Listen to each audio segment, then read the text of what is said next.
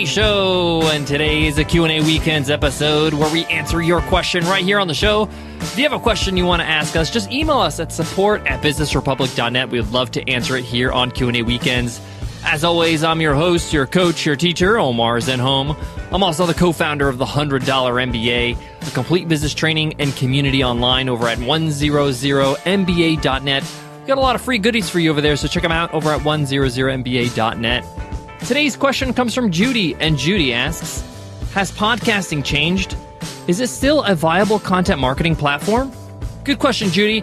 For those who don't know, content marketing is exactly what it sounds like. It's marketing using content, using information, whether it's in written format, audio, video, infographics. And these days, content marketing is the most effective way to build trust and build credibility with your audience, because you're actually showing people that you can actually help them, rather than just saying that you can help them with an ad. So Judy's asking, is it still a viable way to content market?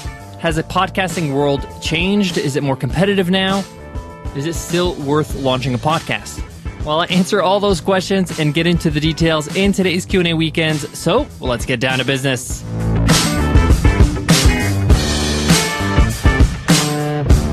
Today's episode of the $100 MBA Show is brought to you by Hired. Hired is the world's most intelligent talent matching platform for full-time and contract technology talent actively looking for their next opportunity.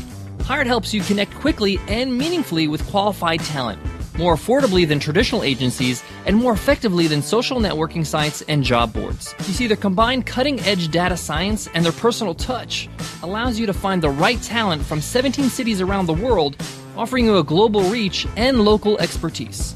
Whether you're a founder, a hiring manager, an HR leader, or recruiter, Hired empowers you and your team to collaborate together on sourcing the right talent. 75% of job offers made to hired candidates are accepted. And listeners of the $100 MBA Show can try Hired for free by going to hired.com/MBA. And get this, you can enjoy $2,000 of credit on your first hire. Again, that's hired.com/MBA. So Judy's asking, is podcasting still a viable content marketing option? First of all, yes, podcasting has become more and more popular over the course of the last 2 or even 3 years. The $100 MBA Show is coming up on 2 years now, very soon. And I can tell you for a fact, podcasting has changed since we started. There's definitely a lot more podcasts being launched. It's becoming more of a competitive space. There's more celebrities and big names joining the podcasting world to compete with. But it doesn't mean that the medium is not effective. I always ask this question to people that want to start a podcast. I ask them, what's your goal with the podcast? What are you trying to do? And many people say is just to get their name out there, to market. And I ask them, so how much would be success? Like, what's the minimum? How many people do you want listening to a podcast episode in order for it to be worth it for you? And a lot of people just say, I don't know. I don't know how much it would be worth it for me. And that's a valid answer. We don't know things sometimes.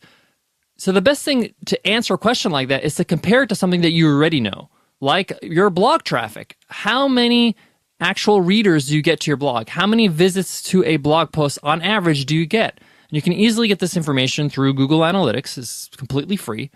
If you want to really get into Google Analytics, we have a full course on Google Analytics inside the $100 MBA. But the point here is that if you look at your stats and you say, so on average, I get 150 visits to a blog post every time I publish. So if you can improve upon that with podcasting, wouldn't that be a win? So for example, if you got 300 downloads an episode, that means 300 people had access to your episode and listened to your content, then that's double than what you're getting with your blog. Wouldn't podcasting be worth it then? You're doubling the results of what you get on your blog? You obviously say yes. So it's not really about the number. It's not if it's 300 high, is 300 low. It's compared to what you have right now. Is it an improvement upon your marketing efforts now? So in that regard, yes, it is definitely a viable content marketing option. You also have to remember that more and more people are learning about podcasts and becoming podcast listeners. Apple CarPlay now is being installed into new cars, so people have access to podcasts right on their dashboard. They can find you easily. Same thing when it goes to Stitcher Radio. And now even Spotify is introducing podcasts. So this is something to keep in mind. You're going to get new and new audiences. The other thing is that with podcasting, when it comes to audio is a different medium. I can't do anything else when I'm reading a blog post. I can't do anything else when I'm watching a video. I got to watch the video. But with podcasting, I can listen to a podcast while I'm walking through the airport, while I'm doing the dishes, while I'm going on a jog, while I'm folding the laundry. It's a lot more flexible. It's a lot easier for people to consume your content because they have it in their ears and they could do something else. The other thing is that you're with them in those intimate moments. That builds a rapport. That builds a relationship with them. So you got to see the unique qualities of podcasting. Now, having said all that, we often get intimidated because we see so many big names and big podcasts with big download numbers, and it seems like, well, can I even compete with that? Well, it depends if you want to compete with that. Maybe that's not the goal. If you're just looking at content marketing, get your message out there, podcasting is a great option. And again, compare it to what you're getting now. If it's more than what you're getting now, it's worth it. So just because you don't have thousands upon thousands of downloads every single episode, it doesn't mean you're not successful. Guys, there's almost 1 million podcasts out on iTunes. It's very hard to compete. So what I mean by that, there's only like around 30 or 40 or 50 even podcasts that are well known in the podcast space out of 1 million. And I'm talking about all genres. So just focus on your own goals. What are you trying to accomplish with this? A good way to look at it is that podcasting is the audio version of the internet. You're not going to try to compete with every single website on the internet. You just need to get the results you're looking for. Now, having said all that, because there are a lot more podcasts coming into podcasting, and there are more professional productions now that you're competing with, you're going to have a base level of production. People's tolerance for bad audio or bad editing or a podcast riddled with ums and ahs, the tolerance for all that is becoming really, really low. People are getting used to high-quality podcasts. So just keep that in mind when you're producing your podcast. You want to have a good base of professionalism, a good quality show. Because back in the day, I would say 3 or 4 years ago, if I listened to a podcast and the audio quality was not great, it was echoey, maybe the host was rambling too much, people would put up with it because, hey, there's not that much out there. And hey, the content's pretty good, so I'll go through it. But now, because everybody's production quality is so high, it's really hard to tolerate something like that. It's kind of like watching a show in standard definition, right? It's actually probably worse than that. But the point here is that we're getting used to a certain standard of quality when it comes to podcasting. Guys, I got more on today's topic, but before that, let me give love to today's sponsor, Ruby Receptionist. How do you feel about the experience your customers have when they call your business? Better yet, how do they feel about it? The truth is, all those answering services are the same. And in order to truly wow your callers with the best service possible, you got to check out Ruby Receptionist. On the show, we talk about how to differentiate, and one of the best ways to differentiate your company is with great service. Ruby Receptionist is a virtual receptionist service with a 5-star rating on Yelp, whose dedicated staff has been handpicked for their outstanding people skills. Just forward your existing business phone number to Ruby's super friendly team of professionals and prepare to be amazed. Ruby's advanced calling system ensures your receptionist knows the details about your callers before answering. They'll think your receptionist is right there in your office or working right by your side. Instead, they're at Ruby's state-of-the-art facility in Portland, Oregon. It's like having a model full-time employee for the fraction of the cost. Guys, Ruby Receptionist is so affordable. There's only one way to guarantee your callers a 5-star experience. That's with Ruby. Hurry to callruby.com/business and get free activation, a $95 value. That's callruby.com/business.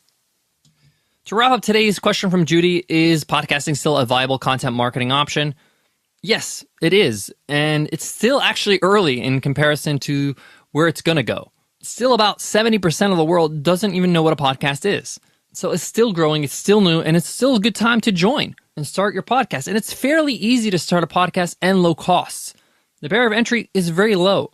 iTunes doesn't have some sort of screening process or approval process where you have to be some sort of celebrity. So in that regard, that's awesome. You could be a publisher on iTunes, and it's just your job to make sure it's quality content that gets out there on a consistent basis. All right, Judy, I hope that answers your question, and I hope it helps everybody else who's listening. Thank you guys listening to the $100 MBA Show. Guys, tomorrow we got another Q&A question from Clint. Clint says, no one gets what I'm trying to do. How can I meet new business friends? Awesome question, Clint. I will be answering it tomorrow on Q&A Weekends. And then on Monday, we have a must-read episode, another book I want to recommend to you, share with you the insights I've learned from it, and show you why you should read it too. All right, guys, before I go, I want to leave you with this. Wow, podcasting has been a journey for Nicole and I. It's been a fun ride. Every day we just enjoy it. We love it. But it's hard work. Podcasting is a lot of work. I would probably say that podcasting is much harder. I'd say probably 3 times as harder as blogging. And when I say harder, I mean time-consuming, the amount of manpower hours that is required for it. So it is fun, and it has a lot of rewards. But just keep in mind, it's going to take some time for you to build a great show. Have a long-term view, and you won't be disappointed. All right, guys, I'll check you in tomorrow's episode. I'll see you then. Take care.